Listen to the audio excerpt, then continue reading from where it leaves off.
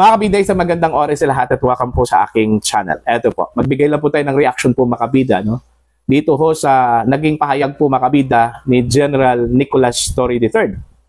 Patungkol ho sa sinasabi hong wala daw trial, obstacle at anumang order po mga kabida na makapagbuwag po sa unity, pagkakaisa po mga kabida ng PNP Force.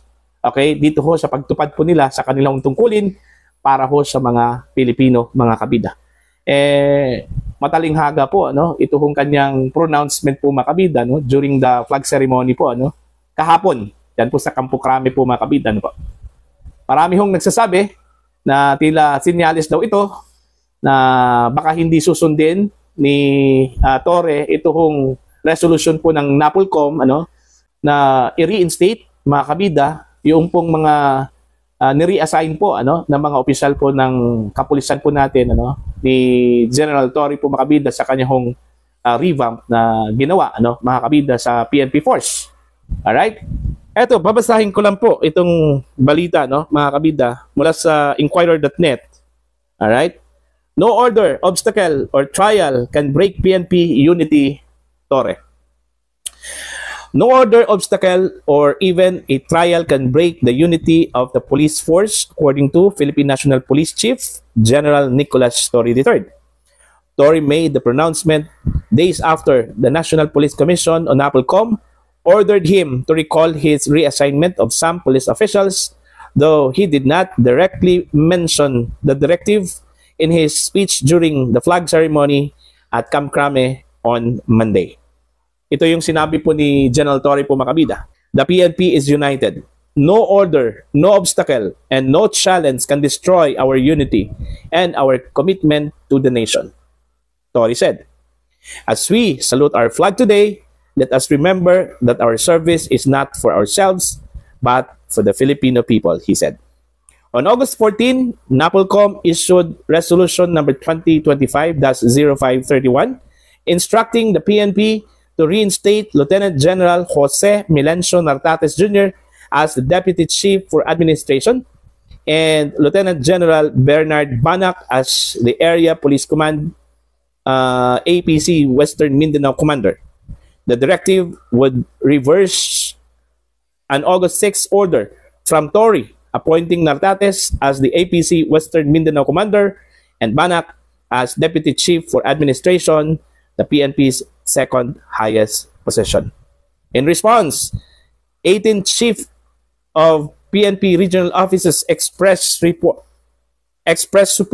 to Torre in a manifesto obtained by inquirer.net. Ito yung sinabi po ng mga police officers po mga kabida, regional officers po, We affirm our commitment to uphold the chain of command, respect the single line of authority, and obey all lawful orders of our superiors in the faithful discharge of our sworn duties and responsibilities as members of the PNP, the manifesto said.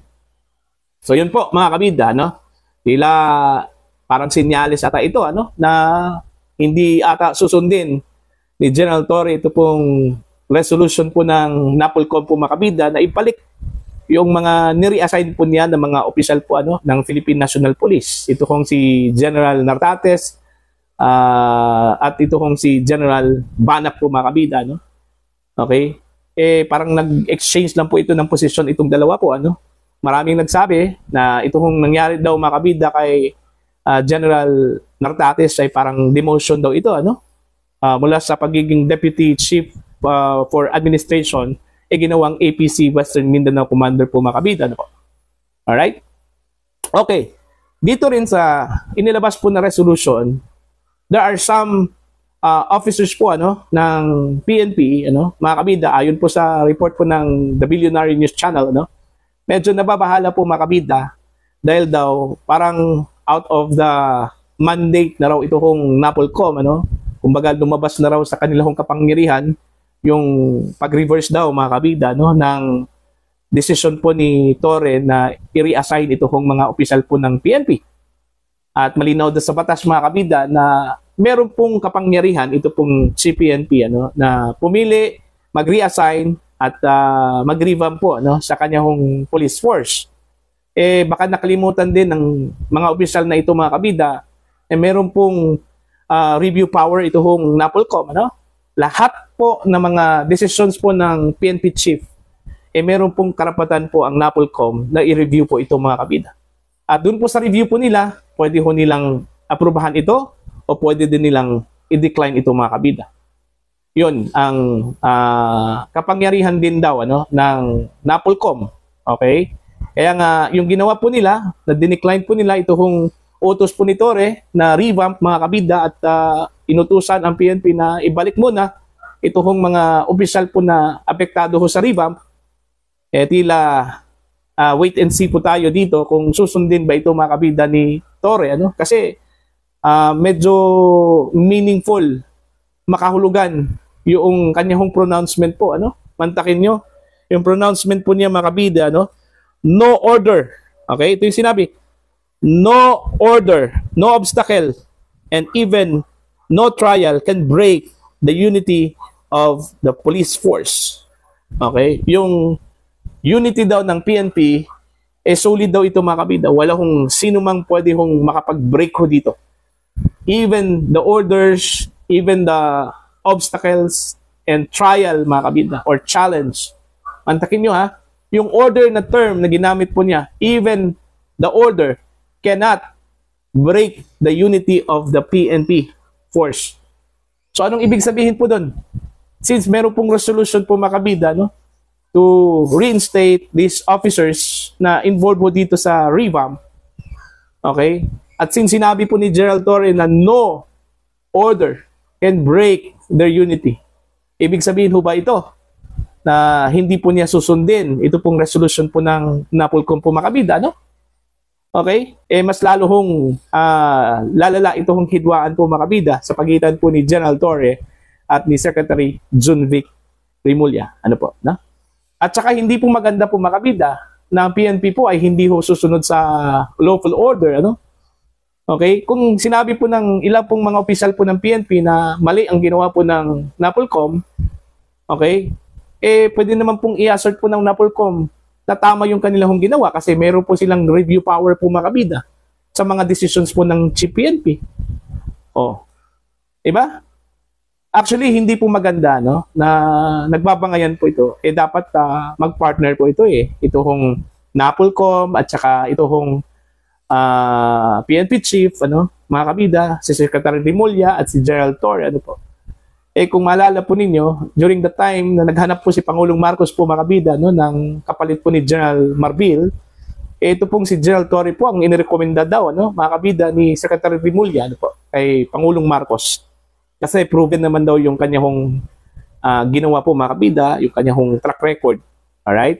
At two of these accomplishments ni General Torre po mga kabida, ito hong paghuli po niya kay Pastor Apollo C. Quiboloy ng KOJC At ito pong paghuli po niya kay dating Pangulong Rodrigo Roa Duterte na siyang naging dahilan para magiging darling of the press po itong si General Torre daw mga kabida, according to Mr. Ramon Tulfo.